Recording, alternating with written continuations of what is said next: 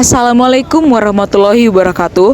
Shalom, Om Swastiastu, Namo Buddhaya, salam kebajikan dan salam sejahtera bagi kita semua. Perkenalkan, kami dari kelompok 5. Kami akan menampilkan laporan hasil tugas best project kami yang berjudul Kasus Rohingya di Myanmar. Tugas ini dibuat untuk memenuhi mata kuliah ilmu negara dengan dosen pengampu Pak Taufik Ramadan SHMH. Berikut perkenalan kelompok kami. Perkenalkan, nama saya Desi Marlina Sidaputar dengan NIM 3233111027.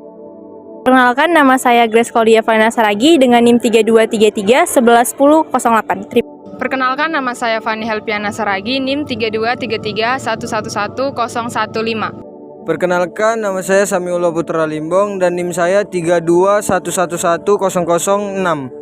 Perkenalkan, nama saya Faiz Muhammad Jaki dan NIM saya 3233111009. Perkenalkan, nama saya Muhammad Izhar Tumanggor, NIM 3231111010. Tugas best project yang akan kami angkat berjudul Rohingya Etnis Tanpa Negara. Dengan pelakunya yang merupakan pemerintah dari negara tersebut, berlokasi di negara Myanmar, dimulai dari tahun 1982 sampai tahun 2023. Lalu, bagaimana dengan peran organisasi internasional dan negara lain dalam kasus Rohingya di Myanmar tersebut? Yang pertama, bantuan kemanusiaan dari Perserikatan Bangsa-Bangsa atau PBB, dana kemanusiaan PBB atau sering kita kenal dengan UNHCR, dan dana anak PBB atau UNICEF. Yang kedua, tekanan politik seperti negara Amerika Serikat dan sejumlah negara Eropa lainnya yang memberikan tekanan politik terhadap negara Myanmar. Selanjutnya, pengadilan internasional, misalnya negara Gambia yang mengajukan gugatan terhadap Myanmar ke Mahkamah Internasional pada tahun 2019. Selanjutnya, mediasi dan diplomasi seperti negara dan organisasi internasional telah mencoba berperan sebagai perantara untuk merundingkan kesepakatan antara pemerintah Myanmar dan komunitas Rohingya. Selanjutnya, pengungsi dan penampungan.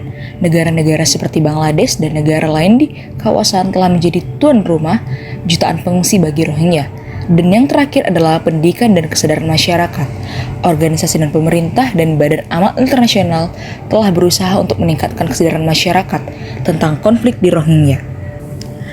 Penyelesaian internasional yang terdiri atas beberapa hal berikut. Yang pertama, hukum internasional yang terdiri dari konvensi genosida dan hukum kemanusiaan internasional. Yang selanjutnya, hukum nasional yang terdiri atas pengadilan nasional dan reformasi hukum.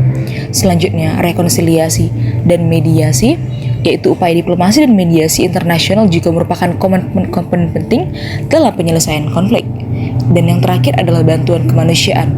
Organisasi kemanusiaan perlu terus memberikan bantuan kepada komunitas Rohingya yang terdampak, baik dalam negeri maupun pengungsi luar negeri negara Myanmar.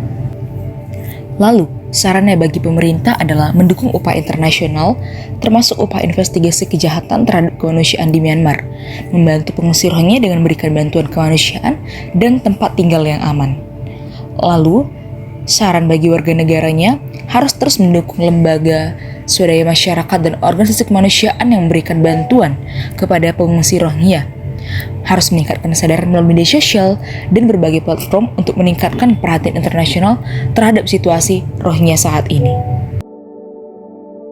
Kasus Rohingya di Myanmar merupakan suatu kasus yang sangat kompleks yang menimbulkan penderitaan besar bagi etnis Rohingya.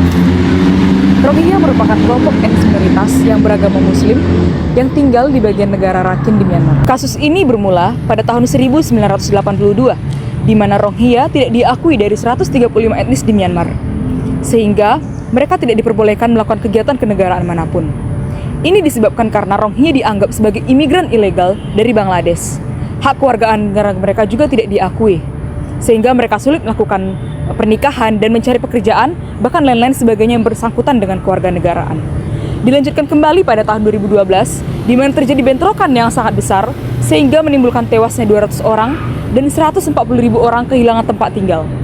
Naasnya, dilanjutkan lagi pada tahun 2017, di mana Rohingya kembali mengungsi ke Bangladesh karena terjadi kekerasan pada markas mereka dengan dalih penyerangan terhadap markas Myanmar.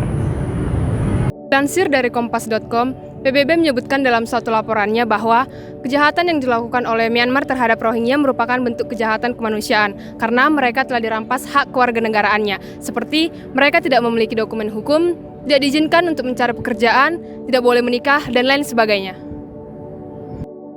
Peran organisasi internasional dan peran negara lain: 1. Bantuan kemanusiaan. 2. Tekanan politik. 3. Pengadilan internasional. Yang keempat, penampungan dan pengungsian. Yang kelima, diplomatis dan diamatis. Yang keenam, pendidikan dan kesadaran masyarakat. Penyelesaian internasional. Hukum internasional. Yang pertama, Konvensi Genosida. Beberapa pihak telah menuduh pemerintah Myanmar melakukan genosida terhadap Rohingya. Hukum internasional, khususnya Konvensi Genosida PBB, melarangnya genosida. Yang kedua, hukum kemanusiaan internasional. Hak asasi manusia yang serius seperti kejahatan perang dan kejahatan terhadap kemanusiaan jadi dasar untuk menuntut individu yang bertanggung jawab. Hukum nasional. Yang pertama, pengadilan nasional. Di bawah pemerintah Myanmar perlu adanya tuntunan untuk mengadili individu atau entitas yang bertanggung jawab. Yang kedua, reformasi hukum. Dalam jangka panjang, reformasi hukum menjadi menciptakan kerangka hukum yang lebih adil dan memastikan perlindungan hak asasi manusia yang lebih baik. Organisasi kemanusiaan. Organisasi kemanusiaan sangat membantu dalam komunitas Rohingya, baik dalam negeri maupun pengungsi yang di luar negeri. Pendapat kelompok kami mengenai penyelesaian internasional pada kasus ini, yaitu seharusnya masalah ini tanggung jawab negara Myanmar, dan penyelesaian internasional sama sekali tidak efisien terbukti. Bantuan internasional yang terjadi tidak membuat kasus ini selesai sampai saat ini.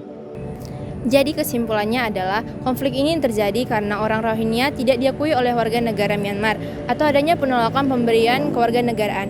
Hal ini menyebabkan etnis Rohingya menjadi bangsa tanpa kewarganegaraan. Hal ini juga menyebabkan militer memiliki pembebasan untuk mengusir etnis Rohingya dari tanah leluhurnya, sehingga setengah dari populasi Rohingya diusir atau mengungsi dari Rakhine. Begitu juga terjadi juga pelecehan terhadap kaum wanita, pembunuhan, serta pembatasan perkawinan yang dilakukan oleh pihak militer secara beracak. Berikut merupakan saran dari kelompok kami, yaitu 1. Bagi pemerintah, mengurangi kebijakan diskriminatif, kemudian aktif dalam diplomasi kawasan regional ataupun internasional, kemudian melakukan upaya internasional seperti bantuan kemanusiaan kepada etnis Rohingya.